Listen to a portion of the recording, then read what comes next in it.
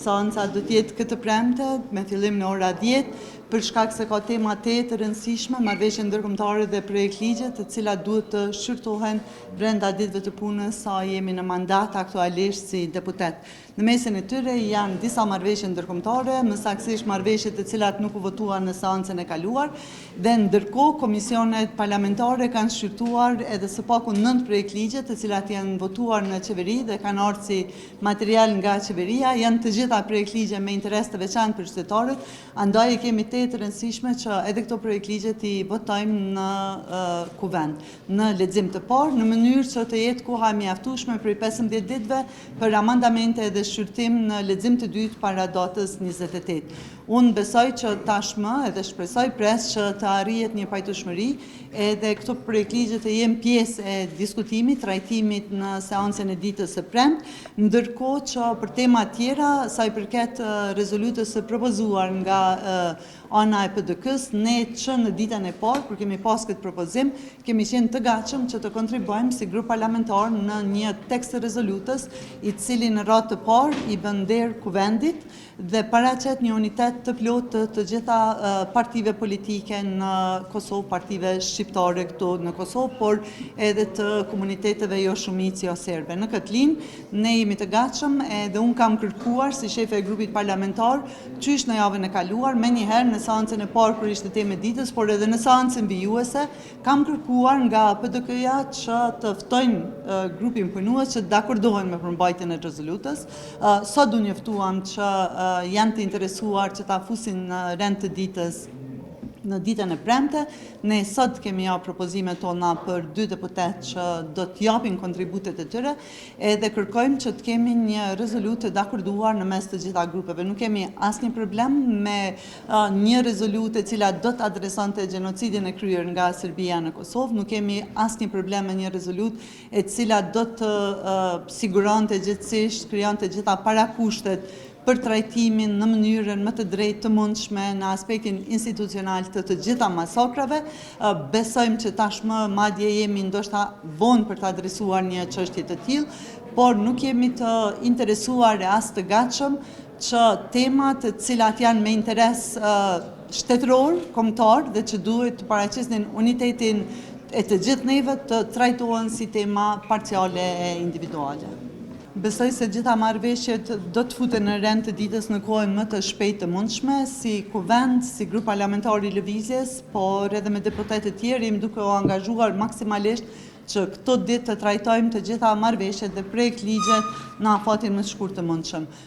Marrëveshjet ndërkombëtare të cilat i përmenda tashmë që do të jenë pjesë e rendit të ditës në seancën e së premtes, janë marrëveshje të cilat siç kemi qenë dëshmitar të gjithë, nuk u votuan në seancën e kaluar pikërisht për shkak se nuk kishin kaluar kohën e mjaftueshme që deputetët konsideruan që ju nevojitet për t'i analizuar, kështu që besoj që edhe kjo marrëveshje dhe tjera do të trajtohen në kohën më të shkurtë të mundshme. E njëkohësisht duhet keni parasysh që si kuvend jemi duke punuar edhe në komisione të veçanta, në shumë komisione ad hoc, siç janë ato për zgjedhjen e gjyqtarëve të gjykatës kushtetuese, për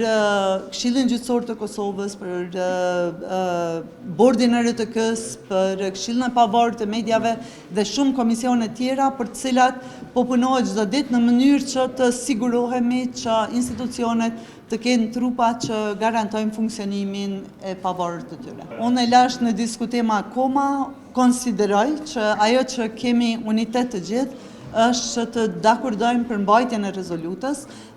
dhe se aspekti sa do të jetë pika e parë, e dytë e tjera si këto, për mua personalisht konsideroj që nuk janë shumë të rëndësishme. Atë që unë e thash si kryetare e grupit parlamentar të Lëvizjes, e deklarova aty, e konfirmoj edhe para jush për të gjithëve, që në momentin që ne kemi një draft të dakorduar nga grupi i deputetëve të gjitha partive politike, ne e vendosim menjëherë në seancë. Kjo është ajo që e tha në seancën e kaluar edhe kryetaria e kuvendit, pra sapo të kemi draftin e dakorduar, ne do ta votojmë në seancë. Ne besojmë që emrimi I antarit në KQZ, antarit të paemëruar tashmë nga presidentja Osmani, është e drejtë që I takon lëvizjes vetëndosje, bazuar në gjithë legjislacionin në fuqi, bazuar në rezultatin zgjedhor dhe forcave proporcionale të partive në kuvend. Pra, përbërja e KQZ-s përfaqëson vullnetin e qytetarëve të shpallur në zgjedhjet e lira dhe ne presim që ushtrusja e detyrës presidentes, gjithsesi zonja Haxhiu, sa më parë ta emroj antarin e radhës në KQZ që duhet të jetë propozimi I lëvizjes vetëvendosje. Dhe unë besoj që zonja Haxhiu do ta bëjë shumë shpejt këtë, nëse jo natyrisht si lëvizje na duhet ta adresojmë edhe këtë. Sa ishit brenda mbledhjes apo të dakordim partive që të ketë një grup punues për rezolutin e PDK-s? Pati dakordim që të ketë një grup punues, çështja ku pat diskutime e polemika ishte që PDK-ja insistonte që kjo rezolutë të jetë pika e parë e rendit të ditës, ndërkohë që ne kërkuam dhe qëndrojmë pas kësaj që duhet që në momentin që grupi e sjell draftin e dakorduar të rezolutës, ne jemi të gatshëm ta votojmë. Nëse ata e përfundojnë, domethënë ditën e premtë mëngjes, nesër pa paragjykuar në punën e tyre, jemi të gatshëm ta votojmë edhe si pikë sipas propozimit të PDK-s, por më shumë se e rëndësishme se cila pikë e rendit të ditës do të votohet, është se çfarë adresojmë atë rezolut. Unë besoj që kjo nuk është garë që të shtyhemi në aspekt teknik të renditjes, por është çështje e rëndësishme që dokumentet që dalin si vullnet politik I kuvendit të reflektojnë një vullnet I cili vërtet është në interesin më të mirë të vendit. Faleminderit shumë të gjithëve. Kryeministri Kurti, ashtu si qeni në njëri, ka pas takim me kryetarin e LDK-s, Abdi Gjiku, besoj që ai është duke vazhduar angazhimin maksimal të tij si kryetari I lëvizjes edhe si përfaqësues për rajoni, besoj që gjatë gjithë këtyre ditëve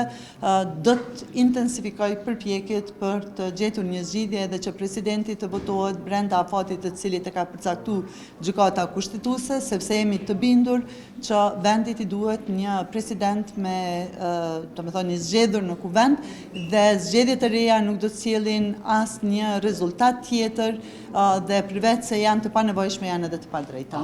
Unë mund të konfirmoj që kryeministri është duke bërë gjithë çka është në mandatin e tij edhe jam e bindur që do të trajtoj në mënyrën më të përgjithshme të mundshme